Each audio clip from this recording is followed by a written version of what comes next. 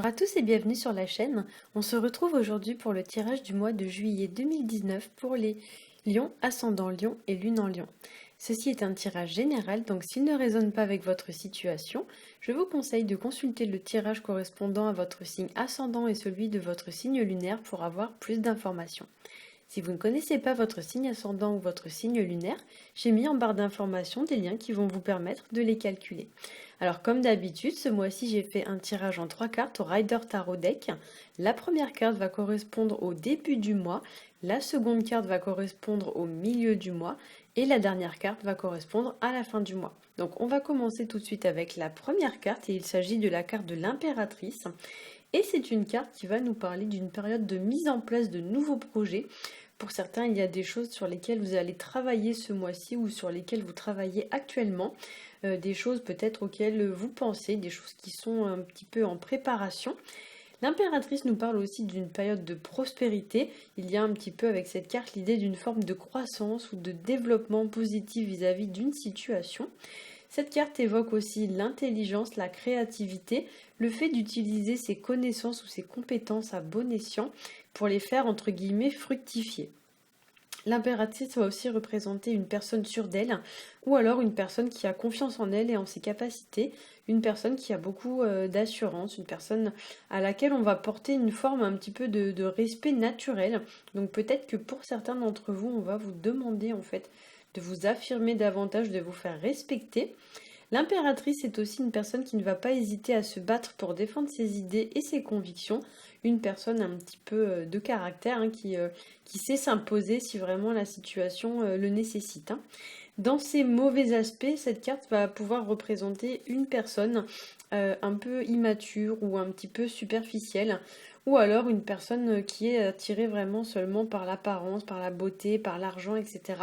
Ou alors par le pouvoir et qui ne va pas hésiter à arriver à ses fins par n'importe quel moyen.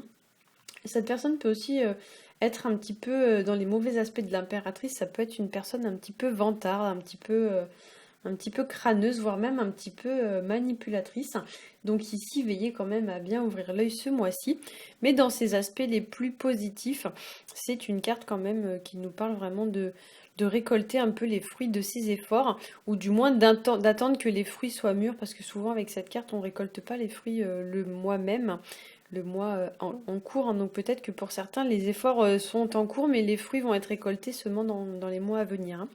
Cette carte pourrait aussi vous inviter à faire une forme de pause, puisque comme on le voit sur la carte, la personne est représentée assise et placée juste à côté du pendu. Ça pourrait nous parler de faire une pause vis-à-vis d'une situation, de peut-être se mettre un petit peu en temps mort pour regagner un petit peu une forme d'énergie.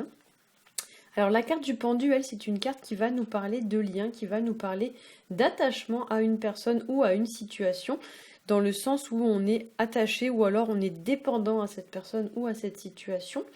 Le pendu va aussi évoquer l'idée de subir une situation sans qu'on le veuille, donc sans qu'on puisse forcément s'en libérer comme on le voudrait. Avec le pendu, on pourrait parler aussi de retard, de ralentissement, de découragement, de blocage ou d'obstacles à surmonter, voire même d'une situation qui devient un petit peu délétère, un petit peu toxique, qui commence un petit peu à vous tirer vers le bas. Le pendu peut aussi évoquer l'idée de devoir patienter vis-à-vis d'une situation ou alors devoir prendre son temps, comme si on n'avait pas le contrôle sur les choses, sur la situation, comme si les choses ne dépendaient pas forcément de nous et à part attendre, on ne peut rien faire d'autre. Le pendu va aussi vous inviter au lâcher-prise et il vous dit que si malgré vos efforts, vous n'obtenez pas le résultat escompté, peut-être qu'il est temps d'envisager pour vous les choses sous un angle différent ou alors peut-être qu'il est temps pour vous de cesser de faire des efforts si vous n'obtenez pas les résultats que vous escomptez. Peut-être que pour certains aussi, il va y avoir ce mois-ci des remises en question avec la carte du pendu. Et parfois, cette carte peut aussi évoquer une relation ou alors une situation qui se dégrade, qui perd un petit peu de sa vitalité, qui se meurt entre guillemets à petit feu, sans qu'on ne puisse rien faire pour agir concrètement pour redresser la situation. Alors, la carte du magicien qui est placée juste à côté, elle au contraire va nous parler de commencement, de début, Donc souvent, c'est le début d'une situation qui commence. Peut-être que pour certains, avec le pendu, vous allez mettre un terme à une situation et ensuite pouvoir passer à autre chose avec la carte du magicien qu'on appelle aussi la carte du battleur. Le battleur nous parle aussi de concrétiser un projet, de le mettre sur pied, de le mettre en place. On peut aussi voir avec cette carte l'idée d'une transition entre deux situations. Le battleur évoque aussi l'énergie, la fougue, le dynamisme, la volonté de mener à bien un projet, de s'y investir pleinement. Et comme vous le voyez sur la carte, le personnage a tous les outils en main à sa disposition pour réussir sur la table. Tout est bien posé sur la table, donc le personnage est prêt à mettre en place son projet. Attention quand même avec la carte du battleur à ne pas vous lancer tête baissée sans réfléchir parce que dans ces mauvais aspects, c'est une personne qui fonce, mais qui ne regarde pas où elle va, ou du moins qui ne réfléchit pas forcément avant d'agir, hein. Alors, on peut aussi parler avec cette carte, dans ses mauvais aspects, on va dire, d'une personne qui serait prête à tout pour arriver à ses fins. On avait déjà un petit peu cette idée avec la carte de l'impératrice. Peu importe le moyen, et du coup, il y a un côté un peu stratège qui émane de la carte du magicien dans ses mauvais côtés. Il y a l'idée un petit peu de jeter de la poudre aux yeux, de manipuler un petit peu les choses pour tourner les choses à son avantage, hein.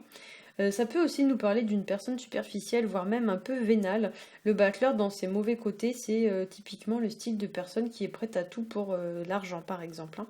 Le battleur peut aussi évoquer une personne immature avec un tempérament un peu impulsif, un peu comme un enfant ou comme un adolescent, une personne qui manque d'expérience dans la vie, ou alors une personne qui est beaucoup focalisée sur l'apparence, qui s'attache au côté matériel des choses et à l'apparence, à la beauté, etc. Mais pas plus que ça, hein, qui va pas en profondeur.